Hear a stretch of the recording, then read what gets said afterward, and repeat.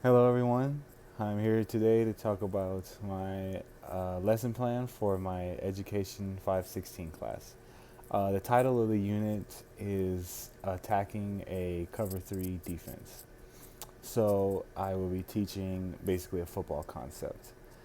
Um, First thing I'll do to start is show some great highlights. One of the ones that really sticks with me is when the Seahawks played the 49ers in the NFC Championship, and the last play of the game, Richard Sherman tips the ball and it gets intercepted, which sends the Seahawks to the Super Bowl. This was in 2013. So this is a very popular play for football fans, and even honestly for the casual fans. It's a pretty exciting play, especially with a lot of the things that come afterwards with the interview and all that. It's pretty exciting there. So I'll start with that, and then when I'm in the classroom, I'll ask certain students, what is your favorite team or your favorite player, and see if I can find an example of cover three somehow, some way, with within their highlights or something like that.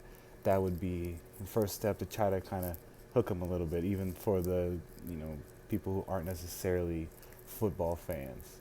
Um, Secondly, then I would start drawing on the board, basically just X's and O's, the kind of normal things you see, and draw a cover three defense against a basic spread offense. And I would explain both of those things, spread being two receivers on the left, split out, and one in the slot. Same thing on the right. I know it might sound a little confusing right now, but I would draw it out, make sure everyone can see it, explain it. Then I even have a couple of clips of other people explaining it, people that are fairly famous. So whether it's the Odell Beckham or pretty much any popular football player or coach, Tom Brady, any of them, and try to get a basic understanding there, and then also gauge their understanding by then telling them to maybe draw their favorite play if they don't have one. Maybe draw the same thing that I have, or we'll watch a couple of football clips, like I said earlier, and try to draw that. And that allows me to gauge, exactly what they are, the what the knowledge they had, the background knowledge they had. Thirdly now, we'll begin to break it down. So for each X and each O, there's a specific job that they're supposed to do in a cover three defense. So we get to actually breaking it down, understanding, hey, this position does this guy here, this position does this, and when it all comes together, it becomes a cover three defense. In order to do that, we have to go against an offense because the defense is defending against an offense. And again, that would just be a spread offense. And we will use a fairly basic concept in regards to football, and it'll just be against a play they call smash. And we will, explore that as well. So we start with breaking down cover three, each position. Then we break down the offense and the smash concept in each position, exactly what their job is, and then we see how they come together.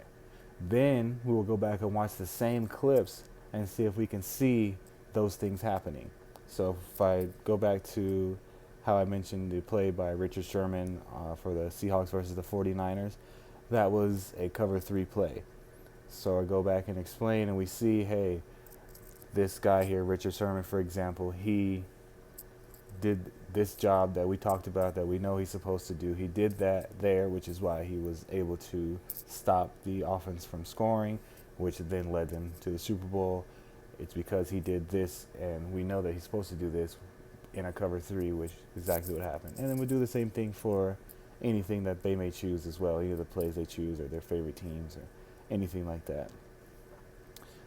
As we keep going, once we kind of get a firmer understanding on that, we'll actually go outside and walk through it, or outside, or even to the gym if it's, you know, I live in Arizona, so it's pretty hot, especially right around now. So we'll go into the gym or wherever's plausible and actually walk through it. So we'll say, you are the student number one, you're this guy. Student number two, you're this guy, etc.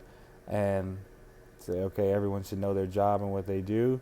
We'll walk through it and see, oh, okay, this is how it looks. Seems pretty good.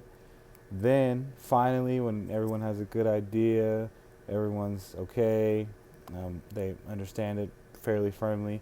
The students who choose to, which I believe most of them will, especially depending on the demographics of the class and things like that. But the students that choose to will then even play a game, and we'll have, you know, this side runs cover three, and the other side runs smash, and we'll just, play a little football game against each other, and touch, of course, and that's how we'll wrap up the lesson there. Um, use videos, even for multicultural classrooms. So maybe English isn't the first language or things like that. We'll have different broadcasts in NFL and ESPN, and even a lot of college NCAA college games do a great job with having multiple languages for the announcers, and when playing the game back. And I would definitely suggest that through this whole process that the students watch a lot of football, and depending on the level of knowledge they had, I would explain to them a certain level. I will also give them extra credit points for going to a football game of.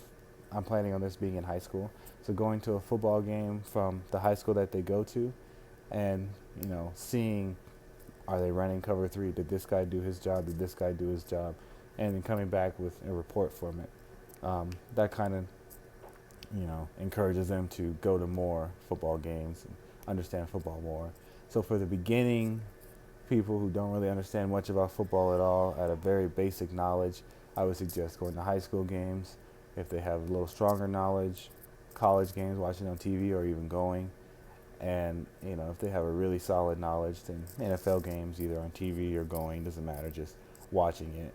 And this is because it's a little more complex. The higher levels up, they kind of do a little bit different things, but overall the basic concept is still the same. And again, that's how we will end up wrapping up the unit with a little fun football game of touch football. And I think they'll enjoy it very well. Thank you for your time.